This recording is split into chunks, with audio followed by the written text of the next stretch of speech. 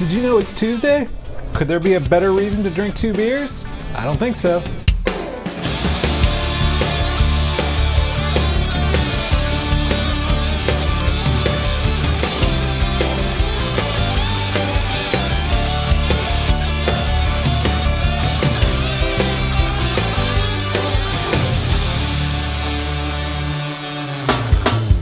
Hello, my beer drinking friends, and welcome to another 2 Brew Tuesday. I'm your host, Andy, and today we're drinking a couple of wheat beers that have some fruit added to them. I think probably a lot of you know that IPA is right now the best-selling category in craft beer. Usually the second best category in craft beer, and the one that actually was the most popular before all the big IPA trend came along, was actually seasonal beers. And of course, it's still summer, so people are looking for thirst quenching beers, and a lot of times that means adding some sort of fruit to the beer. And a lot of the craft brewers actually find that for a fruit beer, a nice Belgian-inspired wheat beer is actually a good base to start with. So first up, we have from Green Flash Brewing Company in San Diego, California, their Passion Fruit Kicker. This is, of course, a wheat beer that's hit with a little bit of passion fruit tea and passion fruit juice. So let's crack this guy open and see what we're dealing with. Green Flash actually started brewing out in San Diego in 2002. A couple of years ago, they actually opened a East Coast brewery in Virginia Beach. So now you can get their beers nationwide. So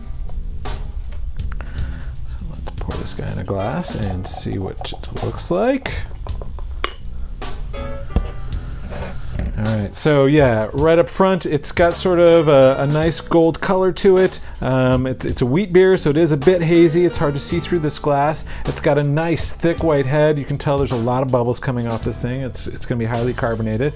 And just pouring it in the glass without even bringing my nose to the glass, I'm getting a big hit of that passion fruit aroma. Yeah, so it has a nice sweetness to it, but also a little bit of earthiness and complexity. I'm guessing that's probably from like the Belgian style yeast that's being used. And it also has a nice crackery malt aroma as well.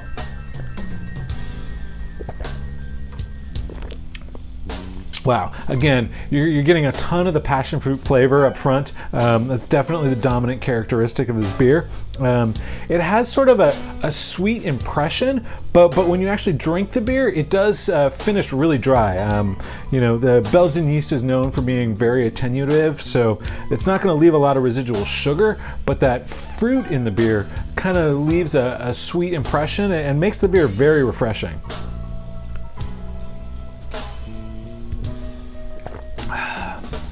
As you can see, I'm out here in the garage again. It is nice and hot, so this cold, fruity beer is actually really hitting the spot for me right now. You know, I could see this beer pairing well, you know, at a barbecue, just hanging out in the backyard, you know. Anytime you just want a little relaxation, this beer's not too big. It checks in at 5.5% ABV. It's got just enough hops in it to be able to call itself beer. It's got 5 IBUs, so it's really meant for, you know, easy sipping and you know, not something to challenge your palate too much, but can still be very enjoyable. That's really nice. So our second beer comes from Bell's Brewing in Michigan. This is their Pool Time Ale. They call this a Belgian-inspired wheat ale with cherry juice. Let's open this one up. Bell's actually started in 1983 as the Kalamazoo Brewing Company. They weren't even a brewery at that point. They were actually a homebrew supply shop. And a couple of years later, they started on a super small scale. And in about 2005, as they were growing, everybody referred to the brewery as Bell's, so they changed their name. And now they're one of the biggest craft breweries in the US. So this beer has a little bit more of an orange look to it. It's got sort of a light pink hue. Just, you know, the cherry juice is just adding that tiny bit of color to it. Again, it's got a lot of carbonation, a thick, fluffy white head. That's a really pretty beer. So up front, I'm getting a lot of the cherry. I'm also getting sort of a little bit of that Belgian clove aroma to it from the yeast. And just a tiny hint of like a crackery, bready malt character to it. I imagine it's got a lot of Pilsner along with the wheat malt.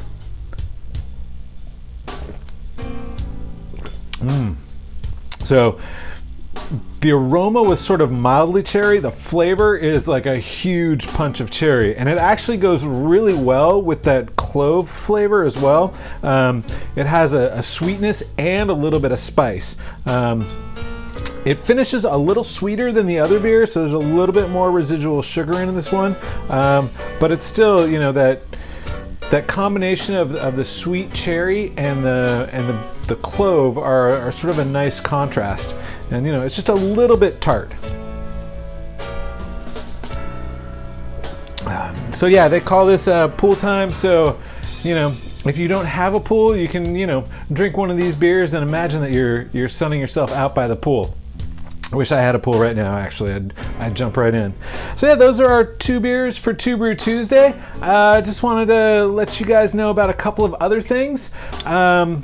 We're actually going to be at the Surf and Suds Beer Festival this weekend on Saturday. I personally won't be there, but the rest of the Wild World of Beer crew will be there shooting some video. If you see us, make sure you stay high. And then I also wanted to say thank you to all of you who have subscribed and given us thumbs ups on our videos.